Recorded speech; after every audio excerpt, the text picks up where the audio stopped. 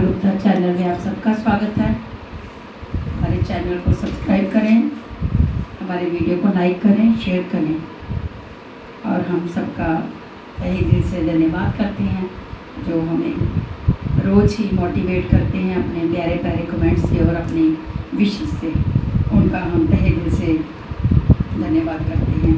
अब हम आपके सामने भक्तिमाल कथा में नवदा भक्ति के आचार्यों की कहानियाँ सुनाने जा रहे हैं। कल हमने आपके सामने श्री परीक्षित जी और श्री सुखदेव जी की कहानी सुनाई थी और आज हम आपके लिए लेके आए हैं श्री प्रहलाद जी की कहानी। तो कहानी सुनने से पहले चलिए गुरु वंदना करते हैं।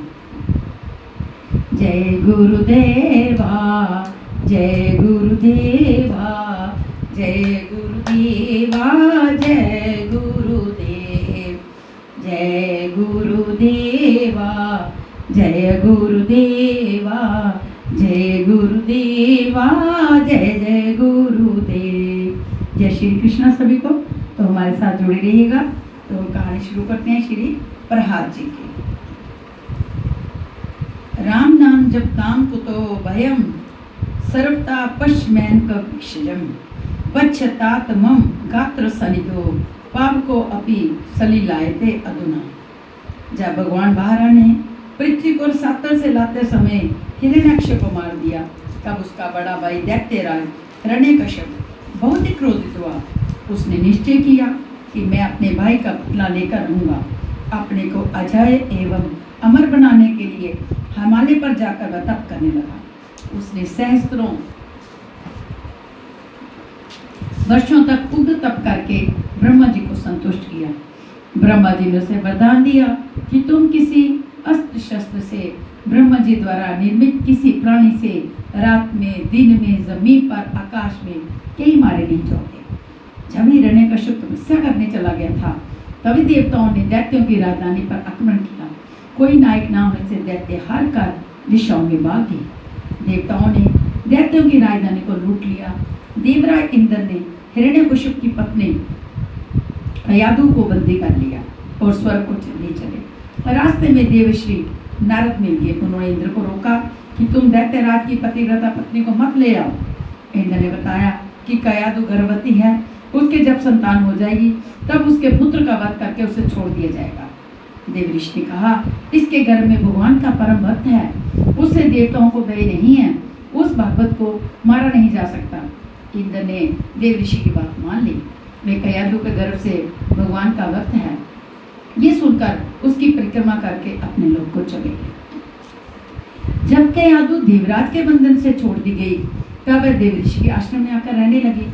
उसके पति जब तक तपस्या से न लौटे, उसके लिए दूसरा निरापद आश्रय नहीं था। देव ऋषि भी उसे पुत्री की भांति मानते थे और बराबर गर्भस्थ बालक को लक्ष्य करके उसे भगवत भक्ति का उपदेश दिया करते थे। गर्भस्थ बालक प्रहलाद ने उन उपदेशों को ग्रहण कर लिया। भगवान की कृपा से वह उपदेश में फिर भूला नहीं। जब वरदान पाकर हिरण्यकश्यप लौटा, तब उसने सभी देवताओं को जीत लिया। सभी लोकपालों को जीतकर वह उनके पद का स्वयं उपभोग करने लगा। उसे भगवान से घोर शत्रुता थी, अतः ऋषियों को वह कष्ट देने लगा। यज्ञ उसने बंद करा दिए। धर्म का वह घोर विरोधी हो गया। उसके गुरु शुक्राचार्य उस समय तप करने चले गए थे। अपने पुत्र प्रहलाद को उसने अपने गुरु पुत्र षंड तथा अमरकर के पास शिक्षा पाने भेज दिया। प्रहलाद उस समय 5 ही वर्ष के थे। एक बार प्रहलाद घर आए। माता ने उन्हें वस्त्र वर्णों से सजाया। पिता के पास जाकर उन्होंने प्रणाम किया। हिरण्यकश्यप ने प्रहलाद को गोद में बैठा लिया। स्नेहपूर्वक उसने पूछा, बेटा तुमने जो कुछ पढ़ा है उसमें से कोई अच्छी बात मुझे सुनाओ तो। प्रहलाद ने कहा, पिताजी, संसार के सभी प्राणी असत संसार में आसक्त होकर सदा उद्विग्न रहते हैं। मैं तो सबके लिए यही अच्छा मानता हूँ कि अपना पतन कराने वाले जलहीन अंधकूप के समान घरों को छोड़कर मनुष्य वन में जाकर श्री हरि का आश्रय ले ले। हिरण्यकश्यप जोर से हंस पड़ा। उसे लगा कि किसी शत्रु ने मेरे बच्चे को बहका दिया है। उसने गुरुपुत्रों को सावधान किया कि वे प्रहलाद को सुधारे, उसे दैत्य कुल के उपयुक्त अर्थ धर्म का उपदेश दे। गुरुपुत्र प्रहलाद को अपने यहाँ ले आए। उन्होंने प्रहलाद से पूछा कि तुमको ये उल्टा ज्ञान किसने दिया है। प्रहलाद ने कहा, गुरुदेव, ये मैं हूँ और ये दूसरा है, ये तो अज्ञान है। भगवान की इस माया से ही जीव मोहित हो रहे हैं। वे दया में जिस पर दया करते हैं उसी का चित्त उनमें लगता है। मेरा चित्त तो उनकी अनंत कृपा से ही उन परम पुरुष की ओर सहज खिंच गया है। गुरु पुत्रों ने बहुत डांटा, धमकाया और वे प्रहलाद को अर्थशास्त्र, दंड नीति, राजनीति आदि की शिक्षा देने लगे। गुरु द्वारा पढ़ाई विद्या को प्रहलाद ध्यानपूर्वक सीखते थे। वह गुरु का कभी अपमान नहीं करते थे और वह उन्होंने विद्या का ही तिरस्कार किया था। ना उन्होंने कभी विद्या का तिरस्कार किया, पर उस विद्या के प्रति उनके मन में कभी आस्था न हुई। गुरु पुत्रों ने जब उन्हें बलिवंती सुशिक्षित समझ लिया तब दैत्यराज के पास ले गए। हिरण्यकश्यप ने अपनी विनय पुत्र को गोद में बिठाकर पूछा, बताओ बेटा, तुम अपनी समझ से उत्तम ज्ञान क्या मानते हो? प्रहलाद जी ने कहा, भगवान के गुण और चरित्र का श्रवण, उनकी लीलाओं तथा नामों का कीर्तन, उन मंगलमय का स्मरण, उनके श्री चरणों की सेवा, उन परम प्रभु की पूजा, उनकी वंदना, उनके प्रति दास्य भाव, उनसे संख्य, उन्हें आत्मनिवेदन, ये नवदा भक्ति है। इस नवदा भक्ति के आश्रय से भगवान में चित्त लगाना ही समस्त अध्ययन का सर्वोत्तम फल मैं मानता हूँ। हिरण्यकश्यप तो क्रोध से लाल पीला हो गया। उसने गोद से प्रहलाद को धक्का देकर भूमि पर पटक दिया। गुरुपुत्र को उसने डांटा कि तुम लोगों ने मेरे पुत्र को उल्टी शिक्षा देकर शत्रु का व्यवहार किया है। गुरुपुत्रों ने बताया कि इसमें हमारा कोई दोष नहीं है। प्रहलाद जी पिता द्वारा तिरस्कृत होकर भी शांत खड़े थे, उन्हें कोई क्षोभ नहीं था। उन्होंने कहा, पिताजी आप रुष्ट ना हो, गुरुपुत्रों का कोई दोष नहीं है। जो लोग विषय सक्त हैं, घर के परिवार के मोह में जिनकी बुद्धि बंधी है, वे तो उगले हुए को खाने के समान नरक में ले जाने वाले विषयों जो बार बार भोगे गए हैं, सेवन करने में लगे हैं। उनकी बुद्धि अपने आप या दूसरे की प्रेरणा से भी भगवान में नहीं लगती। जैसे एक अंधा दूसरे अंधे को मार्ग नहीं बता सकता, वैसे ही जो संसारिक सुखों को ही परम पुरुषार्थ माने हुए हैं, वे भगवान के स्वरूप को नहीं जानते। वे भला किसी को क्या मार्ग दिखा सकते हैं? संपूर्ण क्लेशों, सभी नर्थों का नाश तो तभी होता है जब बुद्धि भगवान के श्री चरणों में लगे। परंतु जब तक महापुरुषों की चरण रज मस्तक पर धारण न की जाए, तब तक बुद्धि निर्मल होकर भगवान में लगती नहीं। नन्हा सा बालक त्रिभुवन विजयी दैत्यराज के सामने निर्भय होकर इस प्रकार उनके शत्रु का पक्ष ले, ये असहनीय हो गया दैत्यराज को। चिल्लाकर हिरण्यकश्यप ने अपने क्रूर सभासद दैत्यों के आगे दी, जाओ तुरंत इस दुष्ट को मार डालो। असुर बाले, त्रिशूल, तलवार आदि लेकर एक साथ मारो, काट डालो। चिल्लाते हुए 5 वर्ष के बालक पर टूट पड़े, पर प्रहलाद निर्भय खड़े रहे। उन्हें तो सर्वत्र अपने दया में प्रभु ही दिखाई पड़ते थे। डरने का कोई कारण नहीं जान पड़ा। उन्हें असुर ने पूरे बल से अपने अस्त्र शस्त्र बार बार चलाए, किंतु प्रहलाद को कोई क्लेश न हुआ। उनको तनिक भी चोट न लगी। उनके शरीर से छूते ही वे हथियार टुकड़े टुकड़े हो जाते थे। अब हिरण्यकश्यप को आश्चर्य हुआ। उसने प्रहलाद को मारने का निश्चय कर लिया। अनेक उपाय करने लगा। वह मतवाले हाथी के सामने हाथ पैर बांधकर प्रहलाद डाल दिए गए, पर हाथी ने उन्हें सूंड से उठाकर मस्तक पर बैठा लिया। कोठरी में उन्हें बंद किया गया और वहां भयंकर सर्प छोड़ दिए, पर वे सर्प प्रहलाद के पास पहुंचकर कैंचों के समान सीधे हो गए। जंगली सीप जहां वहां छोड़ा गया, तब वह पालतू कुत्ते के समान पूंछ हिलाकर प्रहलाद के पास जा बैठा। प्रहलाद को भोजन में उग्र विष दिया गया, किंतु उससे उनके ऊपर कोई प्रभाव न हुआ। विष जैसे उनके उदर में जाकर अमृत हो गया। अनेक दिनों तक भोजन तो क्या, जबकि एक बूंद तक प्रहलाद को नहीं दी गई, पर वे शिथिल होने के बदले ज्यों के त्यों बने रहे। उनका तेज बढ़ता ही जाता था। उन्हें ऊंचे पर्वत पर से गिराया गया और पत्थर बांधकर समुद्र में फेंका गया। दोनों बार वे सब कुशल भगवान नाम का कीर्तन करते नगर में लौट आए। बड़ा भारी लकड़ियों का पर्वत एकत्र किया गया। हिरण्यकश्यप की बहन होलिका ने तप करके एक वस्त्र पाया था। वह वस्त्र अग्नि में जलता नहीं था। होलिका वह वस्त्र ओढ़कर प्रहलाद को गोदी में लेकर उस लकड़ी के ढेर पर बैठ गई। उस ढेर में अग्नि लगा दी गई। होलिका तो भस्म हो गई। पता नहीं कैसे उसका वस्त्र उड़ गया उसकी देह से, किंतु प्रहलाद तो अग्नि में बैठे हुए पिता को समझा रहे थे, पिताजी आप भगवान से द्वेष करना छोड़ दें। राम नाम का ये प्रभाव तो देखें कि ये अग्नि मुझे अत्यंत शीतल लग रही है। आप भी राम नाम लें और संसार के समस्त तापों से इसी प्रकार निर्भय हो जाएं। दैत्यराज हिरण्यकश्यप के अनेक दैत्यों ने माया के प्रयोग किए, किंतु माया तो प्रहलाद के सामने टिकती ही नहीं। उनके नेत्र उठाते ही माया के दृश्य अपने आप नष्ट हो जाते। गुरुपुत्र षंड तथा अमर्क ने अभिचार के द्वारा प्रहलाद को मारने के लिए कृत्या उत्पन्न की, परंतु उस कृत्या ने गुरुपुत्रों के उल्टे मार दिया। प्रहलाद ने भगवान की प्रार्थना करके गुरुपुत्रों को फिर से जीवित किया। यूं मारने की चेष्टा करने वालों को उनके मरने पर जिला दिया। धन्य है। इस प्रकार दैत्यराज ने अनेकों उपाय कर लिए, प्रहलाद को मारने के पर कोई सफल न हुआ। जिसका चित्त भगवान में लगा है, जो सर्वत्र अपने दया में प्रभु को प्रत्यक्ष देखता है, भला उसकी तनिक से भी हानि में वे सर्वसमर्थ प्रभु कैसे उन्हें दे सकते हैं। अब दैत्यराज को भय लगा। वे सोचने लगे कि कहीं ये नन्हा सा बालक मेरी मृत्यु का कारण न हो जाए। गुरुपुत्रों के कहने से प्रहलाद को उन्होंने फिर गुरुगृह भेज दिया। शिक्षा तथा संघ के प्रभाव से बालक सुधर जाए, ये उनकी इच्छा थी। गुरुगृह में प्रहलाद जी अपने गुरुओं की पढ़ाई विद्या पढ़ते थे, पर उनका चित्त उसमें लगता न था। जब दोनों गुरु आश्रम के काम में लग जाते, तब प्रहलाद अपने सहपाठी बालकों को बुला लेते। एक तो ये राजकुमार थे, दूसरे अत्यंत नम्र तथा सबसे स्नेह करने वाले थे। अतः सब बालक खेलना छोड़कर उनके बुलाने पर उनके समीप ही एकत्र हो जाते थे। प्रहलाद जी बड़े प्रेम से उन बालकों को समझाते थे, भाइयों, ये जन्म व्यर्थ नष्ट करने योग्य नहीं है। यदि इस जीवन में भगवान को ना पाया गया तो बहुत बड़ी हानि होगी। घर द्वार, स्त्री, पुत्र, राज्य, धन आदि तो दुख ही देने वाले हैं। इनमें मोह करके तो नर्क जाना पड़ता है। मन को इंद्रियों के विषय से हटा लेने में ही सुख और शांति है। भगवान को पाने का साधन सबसे अच्छे रूप में इस कुमारावस्था में ही हो सकता है। बड़े होने पर तो स्त्री, पुत्र, धन आदि का मोह मन को बांध लेता है, और भला वृद्धावस्था में कोई क्या कर सकता है।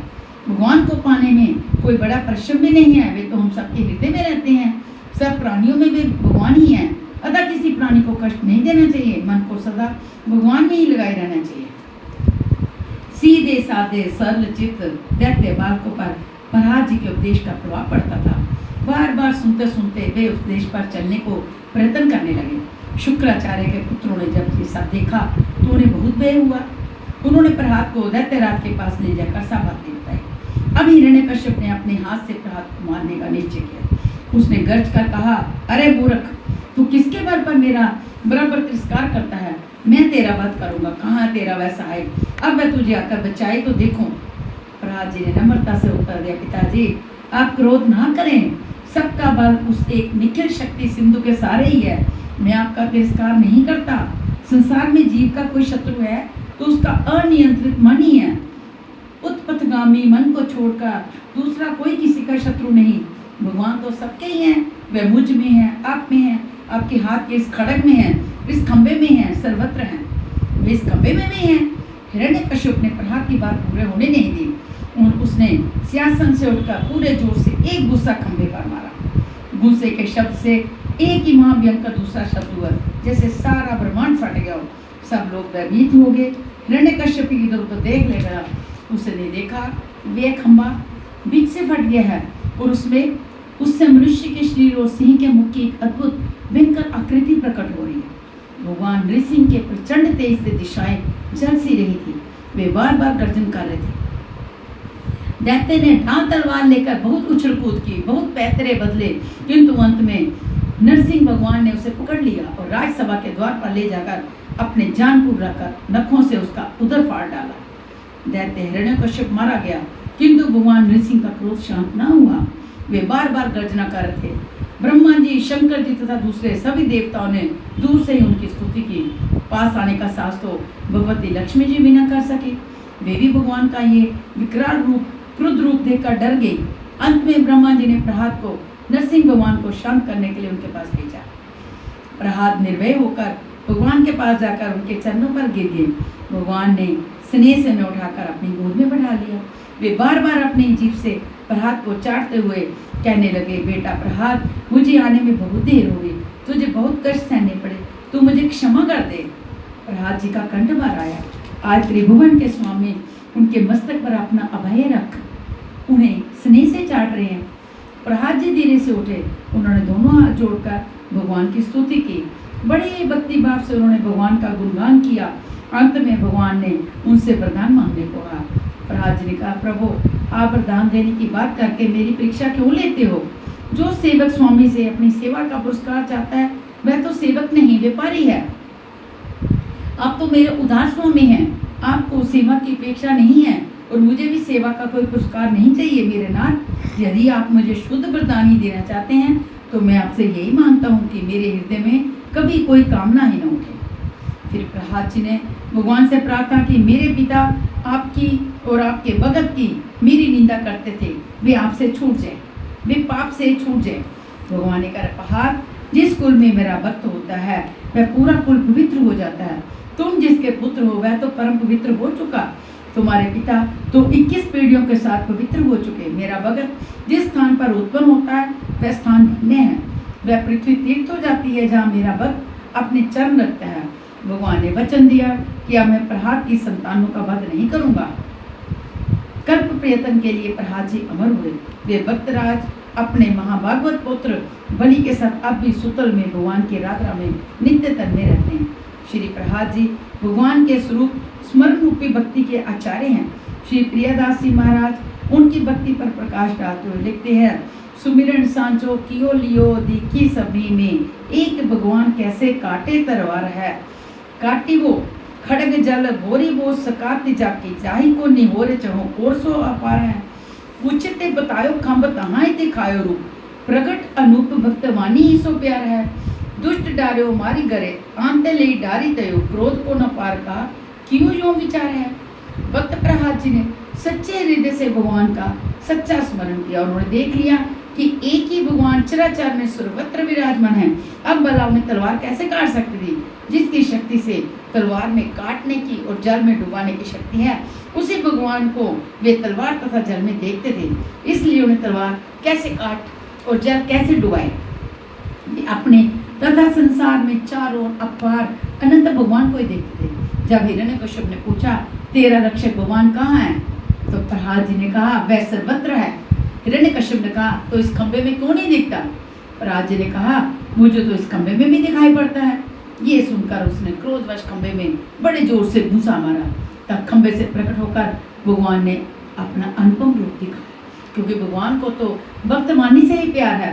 फिर भगवान ने हिरण्यकश्यप को मार डाला, उसके पेट को फाड़कर उसकी आंतें अपने गले में डाल दी। फिर भी उनका क्रोध शांत नहीं हुआ। पता नहीं अब कौन सा कार्य करने का विचार है। डरे शिव अज आदि देखियो नि क्रोध ऐसो, आवत ना डिग को लक्ष्मी उतरास है। तब तो पठायो प्रात अलाद महा अहो भक्ति भाव पग्यो, आओ प्रभु पास है। गोद में उठाई लियो शीश पर हाथ दियो, हियो उलसायो की ही वाणी भी निराश है। आई जगत क्या लगी पूरी श्री नृसिंह जी को, अरियो जो छुटावो करो माया ज्ञान पास है। नरसिंह भगवान के अति भयंकर रूप को देखकर ब्रह्मा जी आदि सभी देवगण भयभीत हो गए। उन्होंने आज तक ऐसा क्रोध नहीं देखा था। डर के मारे कोई भी स्वीप नहीं आता था, यहाँ तक कि लक्ष्मी जी को भी उनके पास आने में भय लगता था।